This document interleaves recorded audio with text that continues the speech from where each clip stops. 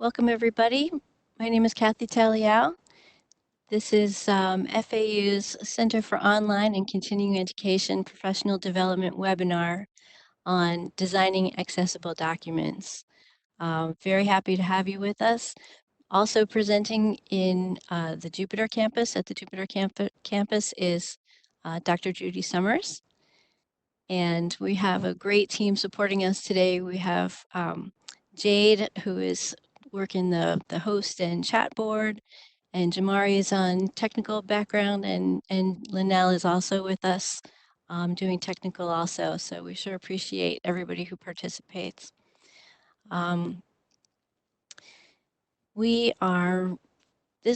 topic today is so important. The first thing we're going to do is explain why we create accessible documents. Then we're going to identify some common gaps in document accessibility, and we'll also show some strategies for creating them. So it's a why, what, and how. Real simple, but there's a lot of important concepts behind it. Disability law in higher education, one of the good reasons to do this is it is the law. And you can look up any of these. The Section 504 of the Rehabilitation Act of 1973. This is actually pretty interesting. I read a little bit more on it last night. The Rehabilitation Act of 1973 was put in place by Congress that said, okay, everything needs to be equal and accessible for everybody. Came back in 2008 and said, no, we really mean it. It's like Congress meant for this to happen, and I guess we need to explain it a little more clearly. So they did, and they're continuing to upgrade it. Now that we've got information and communication technology, Section 504 is part of that, and it goes into detail about what federally funded institutions need to do. We have to have wheelchair ramps in our buildings. We have to have translators available for people who can't hear, and we also need to make our documents and our websites accessible for everybody. It's across the board. Is it perfect? No, it's not yet. It probably never will be, and you'll see some perfect examples of the imperfection in today's presentation. But that's just part of it. You know, we use this term called universal design. I had kind of two epiphanies while I was working on this week. I was in the 6th grade when we had the very first Martin Luther King holiday, Dr. Martin Luther King Jr. holiday. And the civil rights movement actually laid the foundation for accessibility, especially in schools. So, you know, it's one step leads to another in terms of making things equal and making things right. And then my job is called an instructional designer, which 4 years ago, I had never heard of that. And now I'm actually doing it and super passionate about it. And every time I do something like this, I learn a little bit more about what that means. So a product is accessible if it is designed to be used by people of all abilities and disabilities. And when you think about design, in my brain, I kind of always had it compartmentalized between technology and, you know, fashion and that sort of thing. But really, it's all the same thing, you know. Steve Jobs says design is a funny word. Some people think design means how something looks. But if you dig deeper, it really is a matter of how it works. The broader one's understanding of the human experience, the better design we'll have. And I don't know how many Kanye West fans we have, but Kanye West said that art is freedom, but design is basically how it works. And you can enjoy your freedom in your art, but if people can't get to it, then there's really not a lot of, you know, the function is super important. Yes. Yes, thank you. Jade looked it up for us. Art is to be free, design is to fix. Perfect. Thank you. Whew, saved me. And that's true, you know, in our courses, we want our students to be free to express themselves. We want them to be free to learn. That's the art of education. If they can't get to the assignment page, if they can't read what it is they're supposed to do, if they can't access the materials, they can't express themselves. So we've got this balance of design, function, and communication and art. Yeah, Judy says, thanks, Jade. That's awesome. So when we talk about disabilities, there's several major categories. There's visual. We want to be careful to remember that visual impairment doesn't just mean people who are blind. At my age, I'm learning that more all the time. I used to be able to see a lot better than I can now. My glasses have, 3 different levels of seeing. And then when I go out at night, it's a whole different story. People have color blindness, people have cataracts, there's different kinds of visual impairment. It's the same with deafness. People have different levels of how much they can hear, what tones they can hear, and the tools that they need to deal with that. Same with motor ability. Some students are not able to use a mouse. Some have a slow response time and limited fine motor control, and then others have cognitive disabilities, including distractibility, inability to remember or focus on large amounts of information. And that can be people who have traumatic brain injury, it can be stroke victims, it can be all kinds of situations. And, we sometimes have one picture in our head, but it really doesn't fit. I kind of played with myself on this image here to challenge myself. Who has what disabilities? It might not be what you think just by looking at these different people. Just because somebody's wearing sunglasses, that doesn't necessarily mean they have a visual impairment, So we really want to take it on a case-by-case basis. But the deal with design is if we design things well, it will work for the most amount of people. Okay, this is a resource that I want to show you called Web Accessibility This is a fantastic website. W3C is basically the grandpa of web accessibility. They establish the standards, they come up with the tools, they have all kinds of training and things. This is just a treasure trove of resources. Now, this is a perfect example of what we're dealing with here because I really wanted to take some time. These are videos that show you the student's perspective or the user's perspective when they're working with different tools and the challenges that they run into. As our team, we had 6 people in here working on how to get the audio to work so that we could run the video and show you what it sounds like. We couldn't make it work.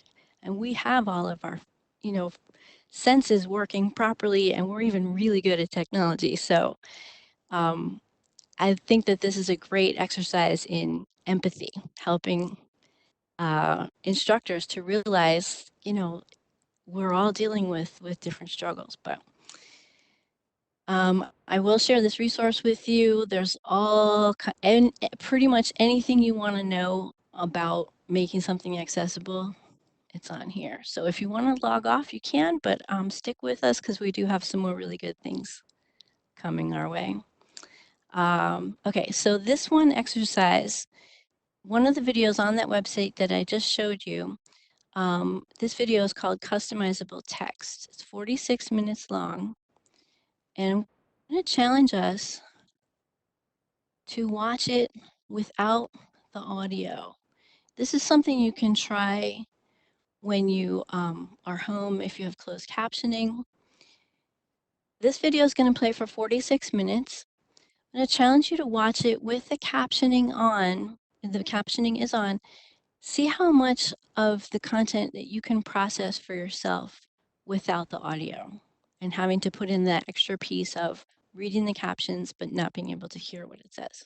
Okay, and we're going to take a minute to talk about that when we're finished. Okay, hopefully you're able to see it.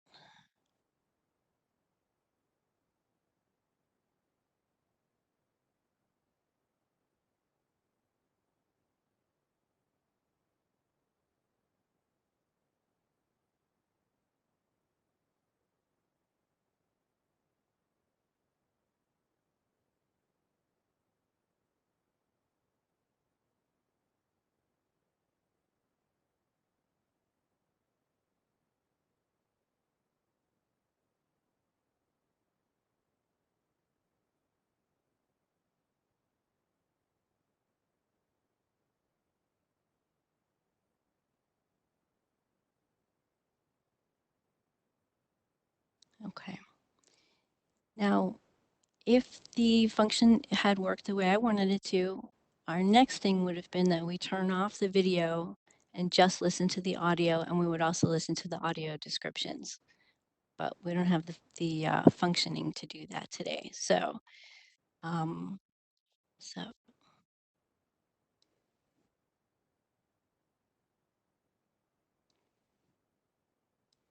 okay.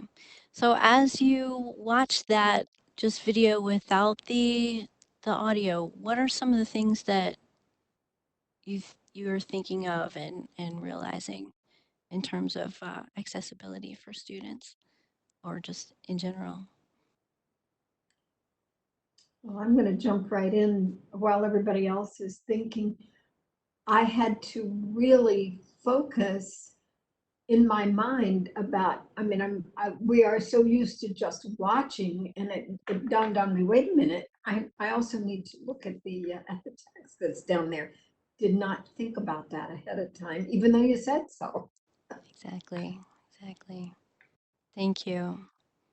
Anybody else, you can type into the chat, or if you want to speak, you can raise a hand and tell us that you want to turn on your audio. When we've got time, we can do that. And also know that we will be sharing the PowerPoint, so you have the links to try it out on your own as well.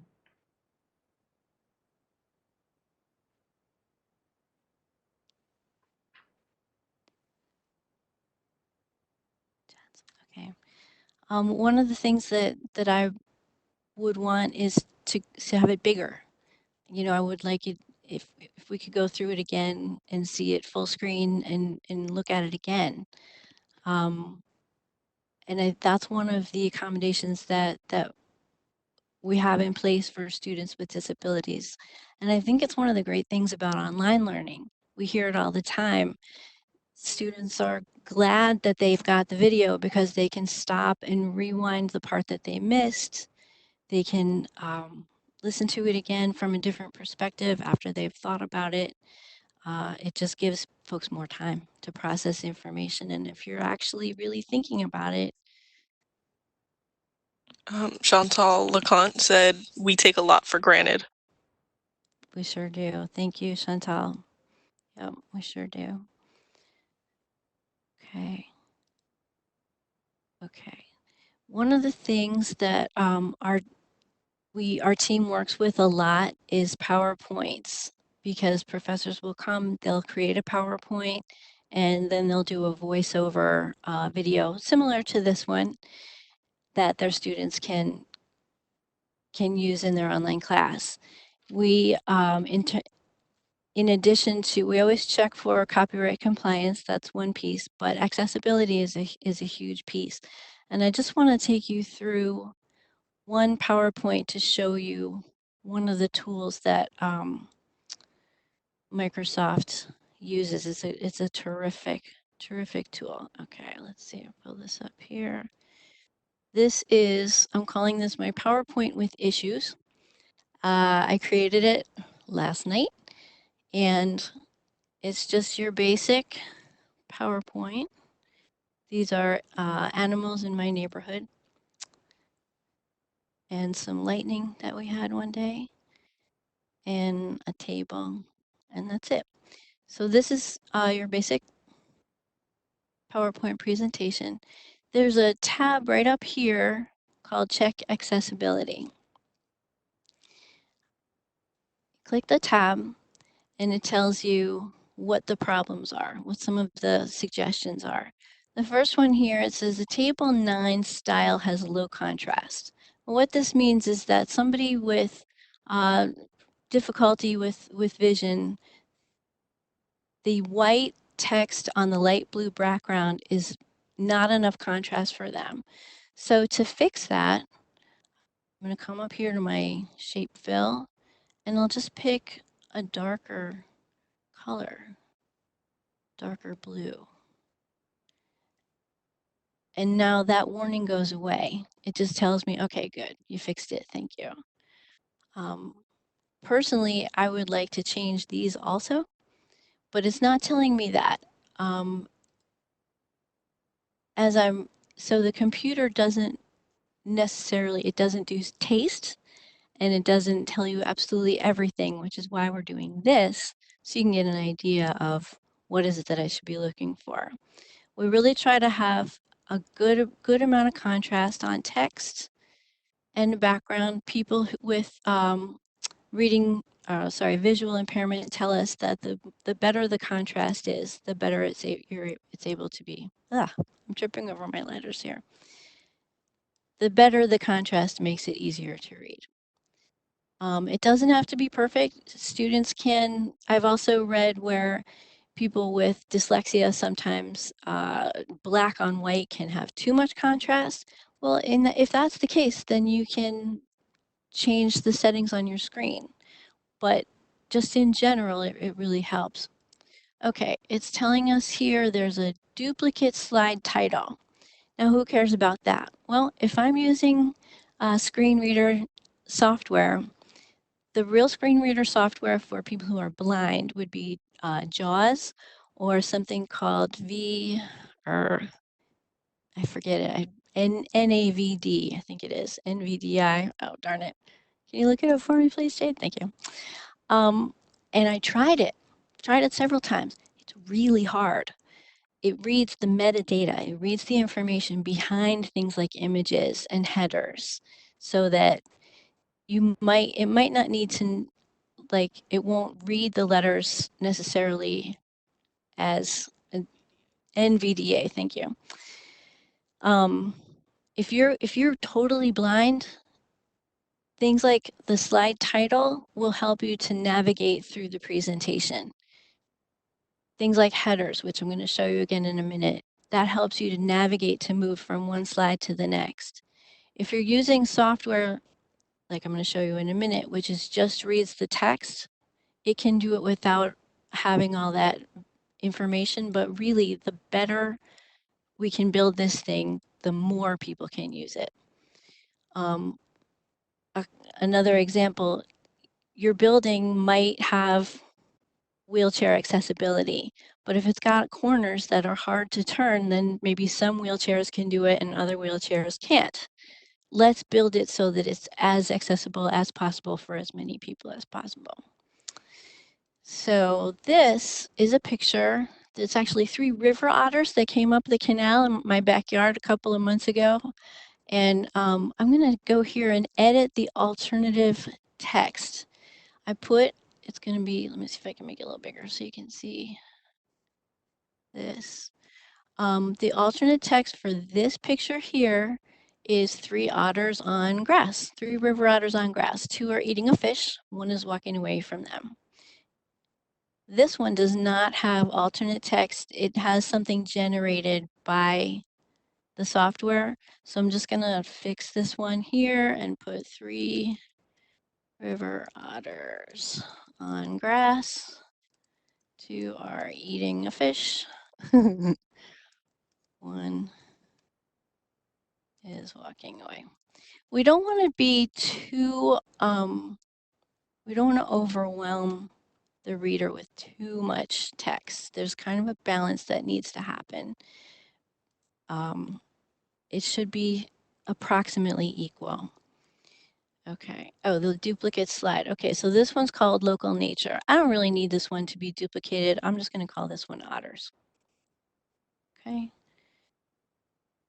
Oh, it's got 2. Okay, so we'll do this one sightings. IGHTINGS in 2019. Okay, and you see how the accessibility tracker is acknowledging each time we make this change. Okay, here's one we're going to do the alternate text here. The computer says it's a flock of seagulls standing on grass, but it's not a flock of seagulls, not even close to a bird lover, right, Dr. T? If you know birds, you know that these are 2 adult sandhill cranes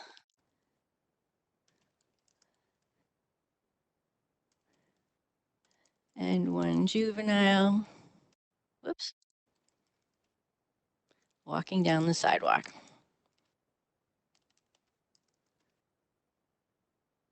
Okay, now, this is lightning.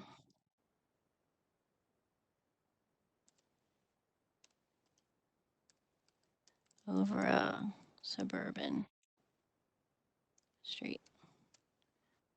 Okay, this is also lightning over a suburban street.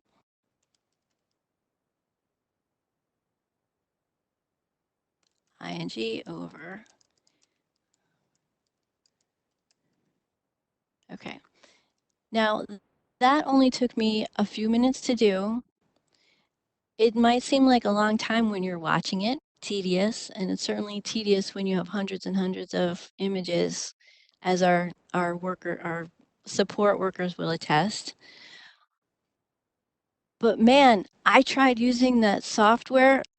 Talk about tedious. Holy cow, it's really, really hard. If I can help a student by taking some extra time and fixing the design of this thing to make it work, I think it's worthwhile, okay? And it also makes us think about, what are you putting into your PowerPoints and why? Are you filling it up with tons and tons of images just because you think it's fun? Or is there a real purpose to it? Remember also, one of the disabilities is this distractibility and, difficulty focusing. That is a real thing for a lot of people, and visual is so, so important. When I was starting out as a teacher, one of my first gigs was at a kinder care. I taught 4-year-olds. And the director had me get down on my knees and walk around the room. And she said, this is the perspective of the children that you are going to be dealing with. What does the room look like from their point of view? And it made a big difference, because if it was too much color, or if I couldn't tell which way I was supposed to walk, or something was too high to reach, I needed to change that for the people who are I was going to ask to follow my directions and leadership. And it's really the same thing on any level. We need to walk in the footsteps of the other person. Are we asking them to do something that, if it's not important enough for me as the instructor to address, then I don't know why I'm even sharing it with my students, okay? If it's important enough for me to take the time and make the thing look wonderful and simple and clean, then my students will value it more. So I've cleaned up these things, and here's my accessibility checker. It's like, yay, no accessibility issues in this PowerPoint. So that's great. We're not quite done yet, though. I would like to share with you this tool that I found, but it's not working with the audio. Up here in the corner, you can hit select, that it'll speak the selected text. Microsoft has added this to the ribbon, that you can make the thing, it'll read it for you. But unfortunately, you guys can't hear that. This thing, and you kind of need to give it a couple of tries because it's worth it.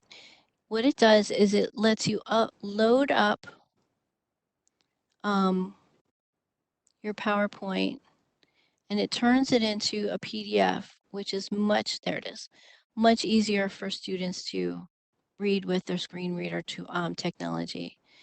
So I've got a thing here. I'm going to choose the file, my corrected PowerPoint, open, upload. It says, how do you want to do it? I want it to be accessibility conversion, PDF that's tagged, and I'm going to put in my email address. submit, and it's going to email me the corrected version as a PDF, which a PDF is much easier for students to use with things like read and write and different kinds of software. This is the example. And if you're using actual JAWS or what did we say it was?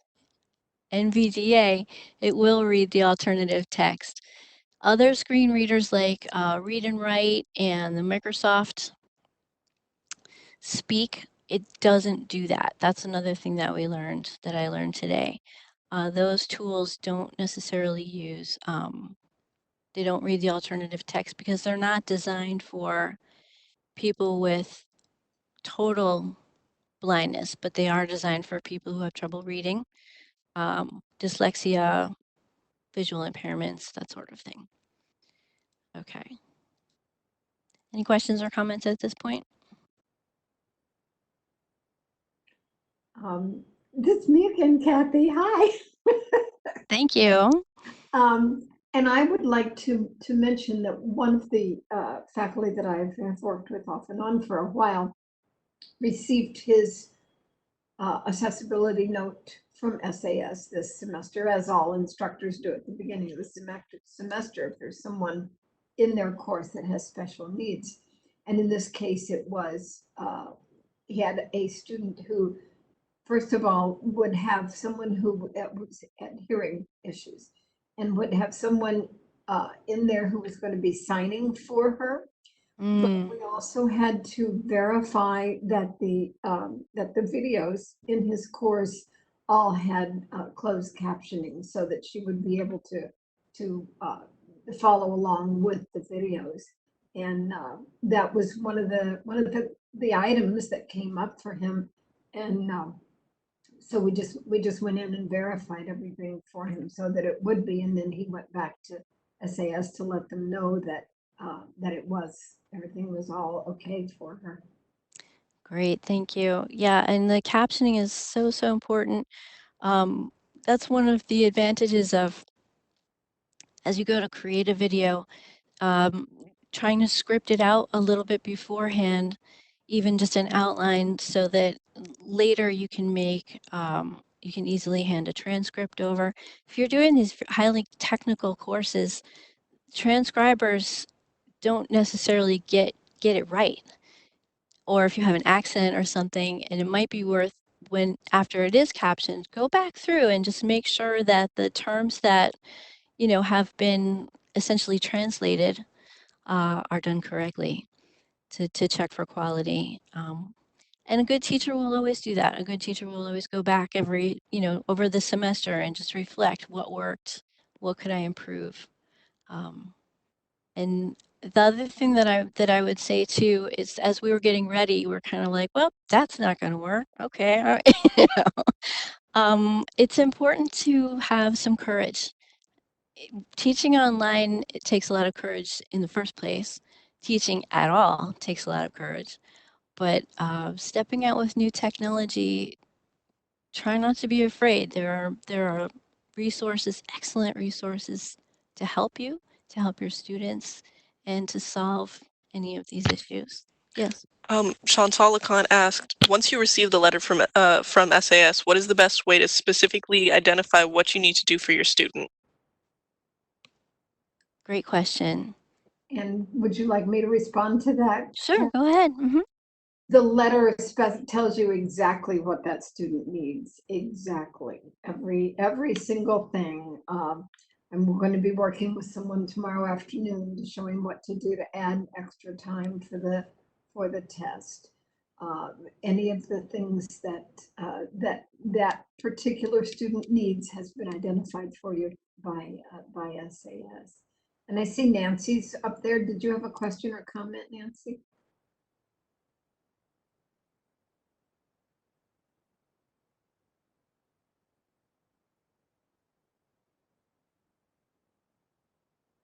Dr. Shahada, did you want to weigh in?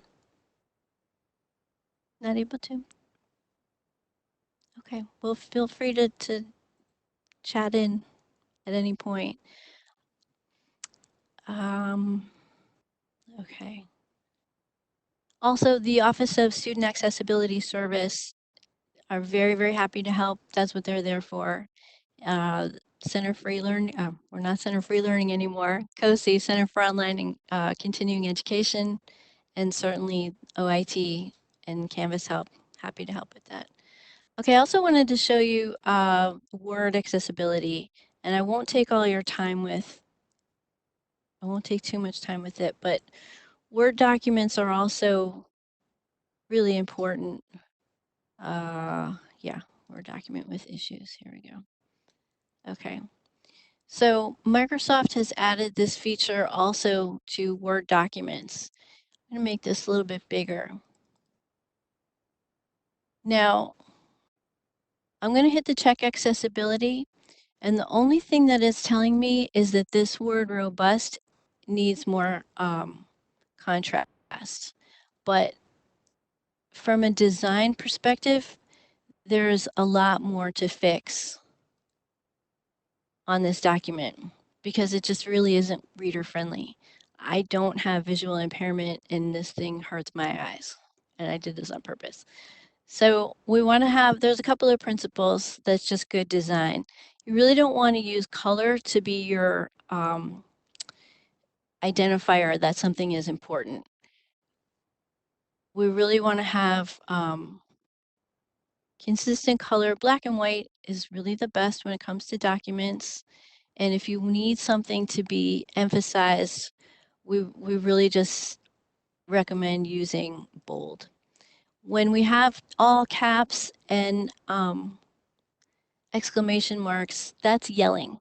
And for millennial or technology natives who are used to speaking in text language, that is translated as perceived as yelling. So it really is better to just use the lowercase, which your Word document can just do like that, a sentence right there, and just, that's so much better.